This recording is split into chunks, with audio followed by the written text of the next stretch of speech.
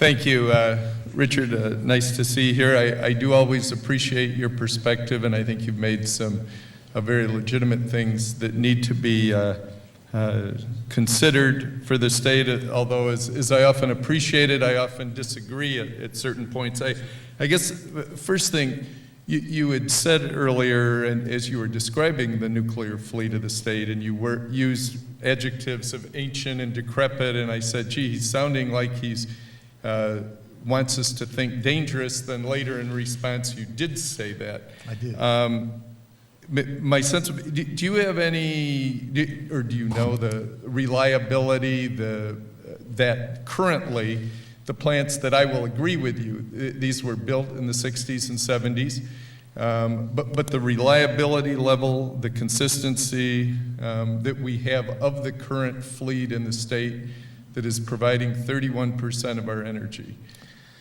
Well, reliability and consistency are very hard words. If you'd like me to justify the use of the word dangerous, I can do that. Well, the fact is, though, that the plants that are running day in and day out, providing consistent power.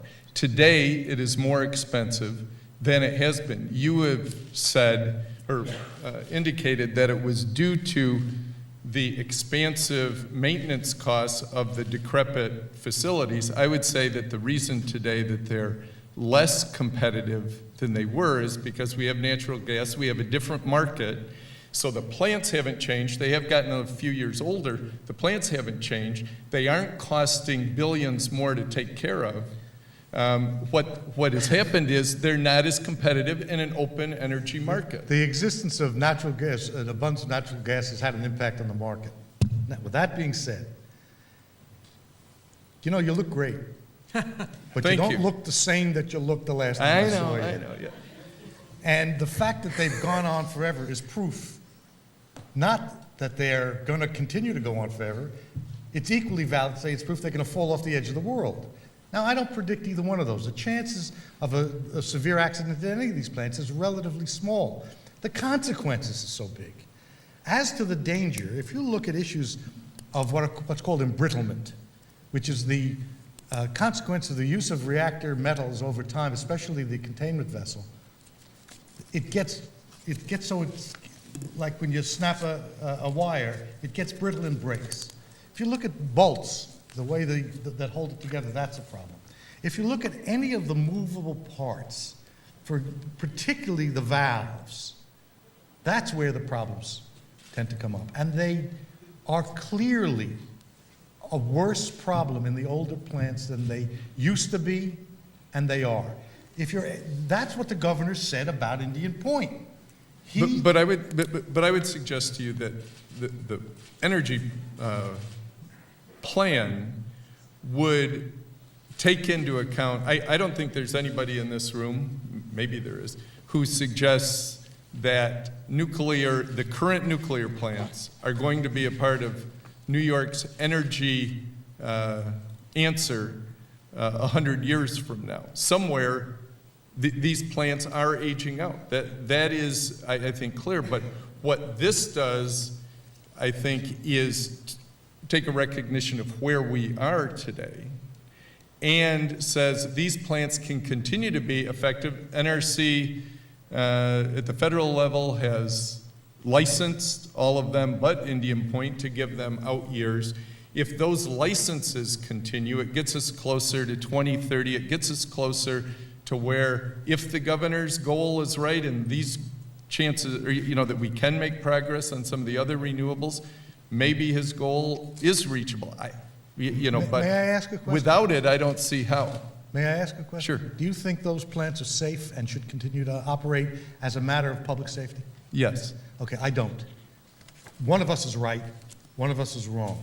But somebody in the legislature ought to be able to get an answer to that. And when that question was posed for the Indian Point facility, the governor interjected into the process and was able to secure a state role in the continuing look at elements of the safety problems at Indian Point. You need to do that for these plants as well.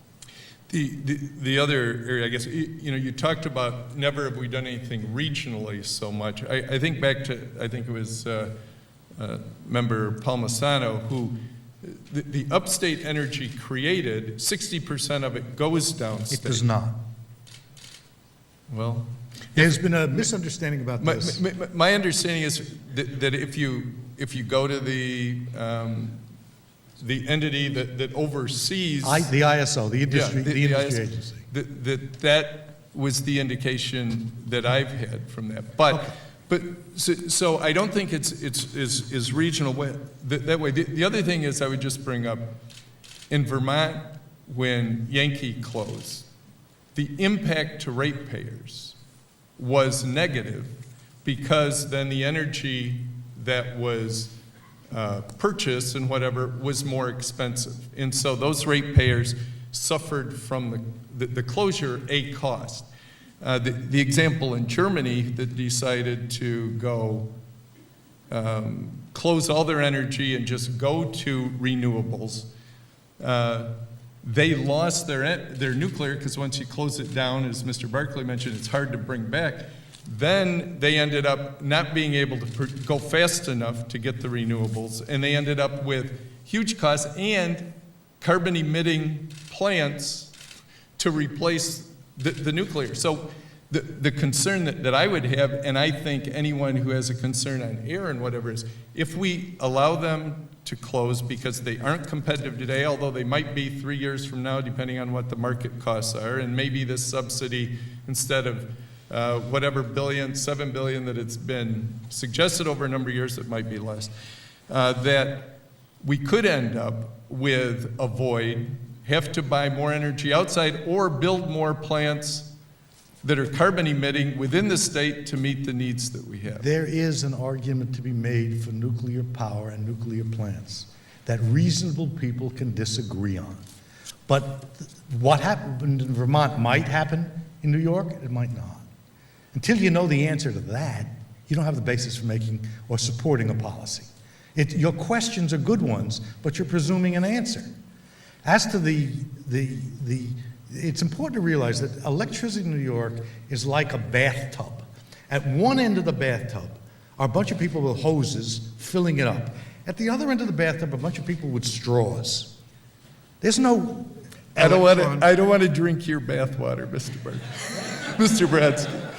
It wasn't my bathwater I was talking right. about, but nonetheless. There's no electron by electron. The power doesn't go from point A to point B.